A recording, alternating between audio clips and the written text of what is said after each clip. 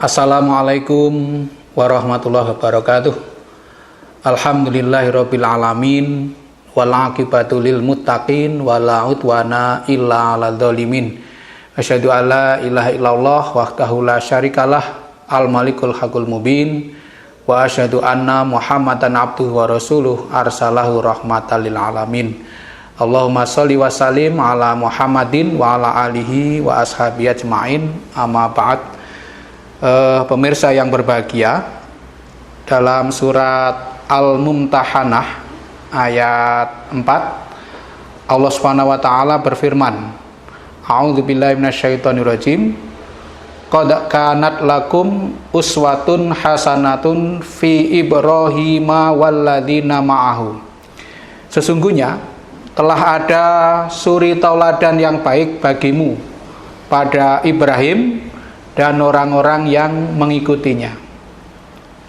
Nah, saudara sekalian yang berbahagia, kisah hidup keluarga Nabi Ibrahim alaihissalam, kalau kita cermati, itu bagaikan sumur inspirasi yang tidak pernah kering, yang bisa dijadikan pelajaran oleh setiap insan sepanjang zaman. Meskipun peristiwanya sudah jauh berabad-abad yang lalu, tetapi perjalanan hidup keluarga Nabi Ibrahim alaihissalam itu memang luar biasa.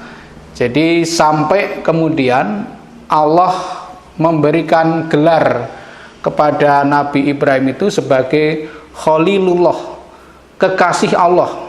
Jadi yang sebagai orang yang sangat dicintai oleh Allah Subhanahu wa taala, sebagaimana tergambar dalam firman Allah surat An-Nisa ayat 125.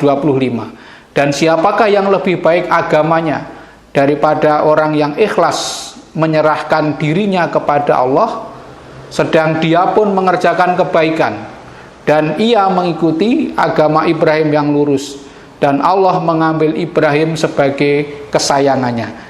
Jadi mengapa Nabi Ibrahim dijadikan nabi kesayangan Allah di samping tentu saja nabi-nabi yang lain, termasuk Nabi Muhammad SAW? Ya karena perjalanan hidupnya yang memang luar biasa. Sebagai sebuah keluarga, dia menjadi keluarga teladan bagi umat manusia. Sebagai pejuang juga pejuang teladan. Tapi untuk meraih posisi itu tentu tidak instan, melalui proses panjang yang penuh tantangan, penuh ujian, yang ekstrim ujiannya itu. Nah, coba kalau kita lihat Nabi Ibrahim itu perjalanan hidupnya, dia diberi tugas oleh Allah untuk menegakkan kebenaran. Musuhnya orang yang terdekat, bapaknya sendiri menjadi penentang ajaran tauhid, karena bapaknya juga penyembah berhala, bahkan produsen berhala. Masyarakatnya juga menentangnya, pemerintahannya juga menentangnya. Itu kan tantangan yang luar biasa. Bahkan Nabi Ibrahim menemukan Tuhan itu melalui proses panjang penalaran. Jadi tidak tiba-tiba diberi saja, tapi melalui proses panjang penalaran, perenungan, sampai kemudian menemukan Allah Subhanahu wa taala sebagai Tuhan. Sehingga sangat wajar ketika Nabi Ibrahim alaihissalam dikenal sebagai bapak tauhid. Setidaknya ada 3 hal yang bisa menjadi teladan bagi kita. Yang pertama, kepatuhan total kepada perintah Allah. Jadi kalau sudah perintah Allah, adanya hanya taat, sami'na wa ata'na. Kemudian yang kedua, keteguhan di dalam keyakinan.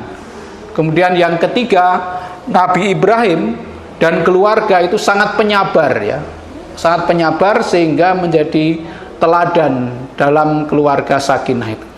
Kepatuhan total itu kita setidaknya pada 2 aspek ini menjadi teladan bagi kita. Yang pertama, ketika diperintah untuk memindahkan Hajar ke Mekah, ya, di tempat yang sangat tandus, yang tumbuhan pun enggan untuk hidup gitu. Nah, Nabi Ibrahim diperintahkan supaya meninggalkan Hajar dan Ismail yang masih bayi di tempat yang tidak ada kehidupan itu. Tapi karena ini perintah Allah, Ibrahim, Hajar taat juga kepada perintah Allah itu, meskipun sangat berat. Nah, coba orang tua mana yang rela meninggalkan anak istrinya yang anaknya masih bayi di tempat yang tidak ada kehidupan itu. Sehingga Nabi Ibrahim meninggalkan anak istrinya itu dengan berdoa, Rabbana inni askantu min dzurriyyati biwadin ghairi dzi zar'in inda baitikal muharram Rabbana liyuqimus sholata faj'al af'idatam minan nasi tahwi ilaihim warzuqhum minas samarati la'allahum yashkurun gitu. Ya Tuhan kami, sesungguhnya aku telah menempatkan sebagian keturunanku di lembah yang tidak mempunyai tanam-tanaman di dekat rumah Engkau, Baitullah yang dihormati. Ya Tuhan kami, yang demikian itu agar mereka mendirikan sholat, maka jadikanlah hati sebagian manusia cenderung kepada mereka, dan berilah rezeki berupa buah-buahan, dan mudah-mudahan mereka bersyukur. Saudara sekalian yang berbahagia, peristiwa ini tentu sangat mengagumkan ya. Bahkan setelah itu Hajar dan Ismail ditinggal. Nabi Ibrahim pergi begitu saja. Kemudian berteriak-teriak si Hajar itu, ini apa-apaan ini gitu. Apa-apaan? Apakah ini perintah Allah atau keinginan sendiri? Nabi Ibrahim boleh jadi karena hatinya tidak tega, itu sulit untuk menjawab. Ketika si Hajar bertanya, apakah ini perintah Allah? Ibrahim hanya sanggup menundukkan kepala. Ya, kira-kira begitu. Nah, kalau perintah Allah, ya pasrah. Jadi Hajar pun seorang istri yang sangat pasrah karena ini perintah. Jadi atas semua perintah keluarga Ibrahim adanya hanya pasrah. Dan pasrah kepada perintah itu tidak menyebabkan orang jadi turun derajatnya. Nah, jadi jangan merasa hina dengan taat kepada perintah itu. Itu yang pertama. Jadi kemudian sampai berdoa seperti tadi. Di tempat yang tandus, Nabi Ibrahim berdoa, mudah-mudahan diberi rezeki berupa buah-buahan. Dan doa Nabi Ibrahim itu terkabul semua. Orang cenderung ke sana. Nah, coba kita saksikan sekarang itu. Orang sampai antri untuk bisa berangkat ke Mekah dalam rangka haji atau umroh. Itu karena doa Ibrahim. Kemudian diberi rezeki berupa buah-buahan. Sekarang di tanah suci Mekah dan Madinah, meskipun tidak ada tanaman pohon pisang, tapi mau borong pisang di sana juga banyak sekali. Itu artinya apa? Doa Nabi Ibrahim terkabul. Apa pelajaran yang bisa dipetik dari doa Nabi Ibrahim itu? Jangan sungkan-sungkan berdoa kepada Allah. Kalau itu merupakan kebutuhan, mohonkan saja kepada Allah. Asal itu kebutuhan, mohon kepada Allah, tidak usah malu-malu gitu. Sebagaimana Nabi Ibrahim berdoa agar diberi buah-buahan, itu kan doa yang secara teori tidak masuk akal. Di tanah tandus kok minta buah-buahan. Nah, maka kita teladani Nabi Ibrahim alaihissalam. Kita semua wajib berdoa kepada Allah atas apa yang kita butuhkan, meskipun kelihatannya tidak masuk akal. Nah, itu pertama. Kemudian yang kedua, ada ujian yang lebih berat lagi yang diterima oleh Nabi Ibrahim.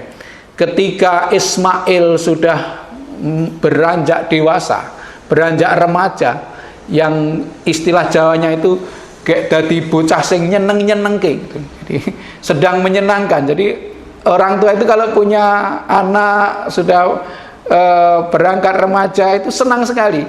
Nah, sedang senang-senangnya punya anak yang sedap dipandang mata itu kok kemudian diperintahkan untuk menyembelihnya dengan tangannya sendiri gitu.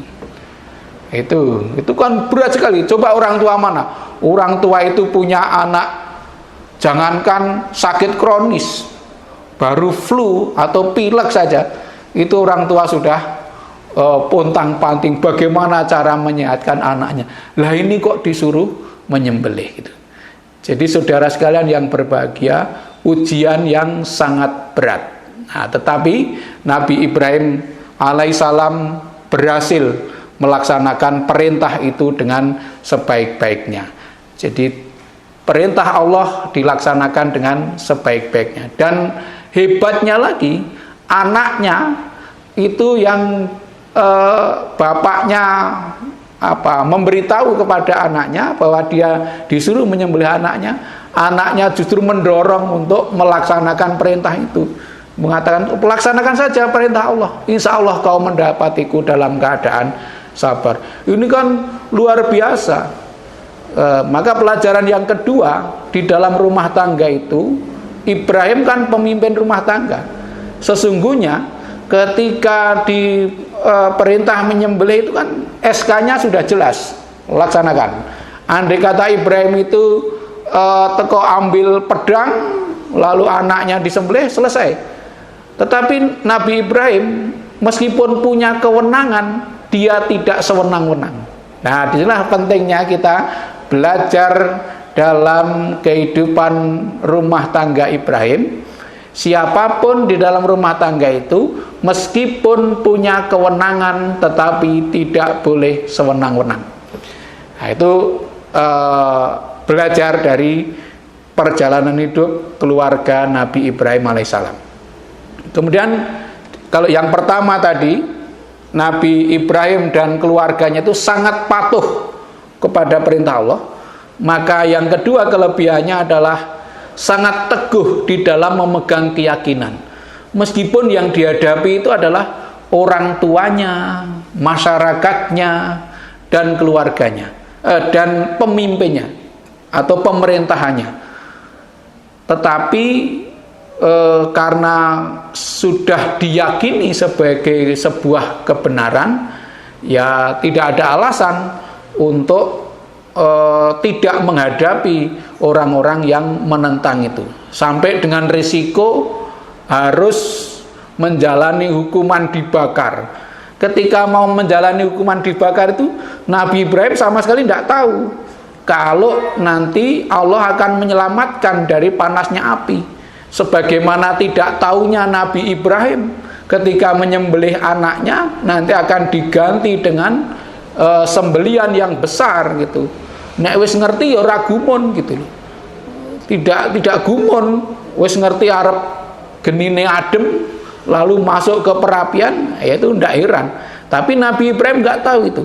Tapi pasrah saja kepada aturan hukum, kemudian bertawakal kepada Allah. Nah, di sini luar biasa, Ibrahim menghadapi orang banyak yang menentangnya. Di sini Ibrahim ingin menunjukkan kepada kita sekalian bahwa kebenaran itu bukan soal banyaknya dukungan.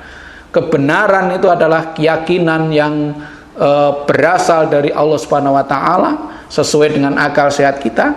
Kalau sudah benar itu tidak peduli ada pendukungnya atau tidak ada pendukungnya. Bahkan Nabi Ibrahim itu bukan hanya dibenci, tetapi juga bukan hanya dia sendirian dalam menegakkan kebenaran, tapi juga banyak sindiran yang datang kepadanya, dan itu tidak dipedulikan oleh Ibrahim. Jadi kita teladani ini, ketika kita menegakkan kebenaran meskipun sendirian dan banyak sindiran, kita tetap istiqomah dalam menegakkan kebenaran itu. Itulah saudara sekalian yang saya hormati. Kemudian yang ketiga, keluarga Nabi Ibrahim adalah keluarga yang penyabar, ya, penyabar. Dan luar biasa ini kita teladani. Kesabaran itulah yang menyebabkan rumah tangga Ibrahim itu selamat dan bisa kita ikuti. Nah, coba kita lihat ujian besar keluarga Ibrahim itu. Pertama, punya istri cantik yang bernama Saroh, disenangi oleh raja. Nah, diserahkan saja dengan tawal kepada Allah, diserahkan kepada raja.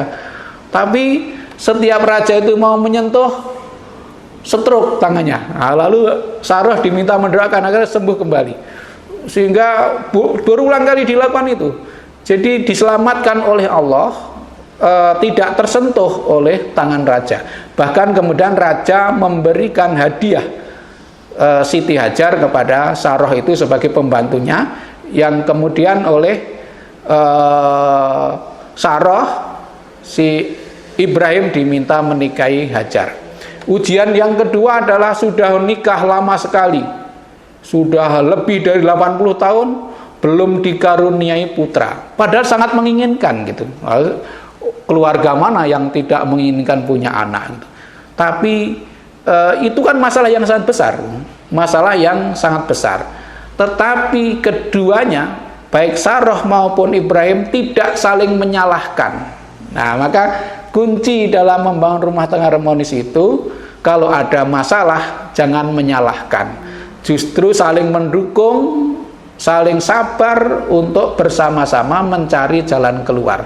Sarah tidak menyalahkan Ibrahim, Ibrahim juga tidak menyalahkan Sarah. Coba kalau yang terjadi saling menyalahkan, bubrah rumah tangga itu. Jadi sekali lagi kita ikuti ini, kalau ada masalah jangan saling menyalahkan. Bahkan dalam kasus Nabi Muhammad, kalau ada masalah berebut salah. Jadi sayalah yang salah, saya minta maaf. Kira-kira seperti itu akan menjadi indah. Nah, kemudian yang ketiga, Saroh demi perjuangan, kelangsungan perjuangan suaminya, kelangsungan dakwah Islam, itu rela mengorbankan naluri keperempuanannya. Jadi naluri perempuan itu kan cemburu dengan perempuan yang lain. Maka tapi itu dikorbankan oleh Saroh dengan meminta Ibrahim untuk menikahi Siti Hajar. Ibrahim diminta menikahi Hajar itu tidak kemudian yes, tidak, itu juga perjuangan batin yang tidak sederhana. Iki Saroh ki nglulu apa napa gitu. Itu kan dipikir oleh Ibrahim. Tapi dalam rangka untuk perjuangan dakwah, ya kemudian Ibrahim menikahi Hajar, lalu Hajar itu hamil dan kemudian punya anak. Nah, setelah punya anak kemudian muncullah naluri keperempuanan si Saroh, lalu ada kecemburuan. Karena cemburu maka kemudian si Hajar dipindah ke Mekah, dipisahkan tempatnya. Jadi saudara sekalian yang berbahagia, untuk kelangsungan dakwah sang suami, Saroh rela mengorbankan naluri perempuanannya dengan menyuruh sang suami untuk menikahi Hajar. Ibrahim juga pasrah menuruti kehendak istrinya itu. Jadi perjuangan yang lebih besar itu diutamakan daripada hanya menuruti egoisme pribadi semata. Jadi kuncinya kita meneladani Ibrahim itu, kalau sudah perintah meskipun berat, keluarga Ibrahim tetap taat. Dan ternyata senantiasa taat itu tidak menurunkan derajat gitu. Nah, sebagai kepala rumah tangga, Ibrahim meskipun punya kewenangan tetapi tidak pernah sewenang-wenang. Nah, saudara sekalian, tentu banyak sekali pelajaran yang bisa kita ambil dari keluarga Ibrahim itu. Marilah kita teladani. Tentu setiap keluarga, termasuk keluarga kita juga ada masalah. Maka saya sampaikan kata kunci dalam meneladani keluarga Ibrahim itu, yang pertama, kalau ada masalah tidak saling menyalahkan. Kalau ada masalah tidak saling menyalahkan, justru masing-masing berebut salah. Kemudian saling memaafkan. Kemudian yang kedua, semua pihak harus saling mendukung dalam menegakkan kebenaran dalam perjuangan itu. Istri mendukung perjuangan suami. Suami juga mendukung perjuangan istri. Kemudian yang ketiga, dalam soal kebenaran, itu ukurannya bukan berapa jumlah dukungan. Meskipun sendirian dan banyak sindiran, kebenaran harus tetap ditegakkan. Saya kira itu yang saya sampaikan. Mudah-mudahan kita bisa meneladani keharmonisan rumah tangga Nabi Ibrahim alaihissalam. Billahi taufik wal hidayah. Wassalamualaikum warahmatullahi wabarakatuh.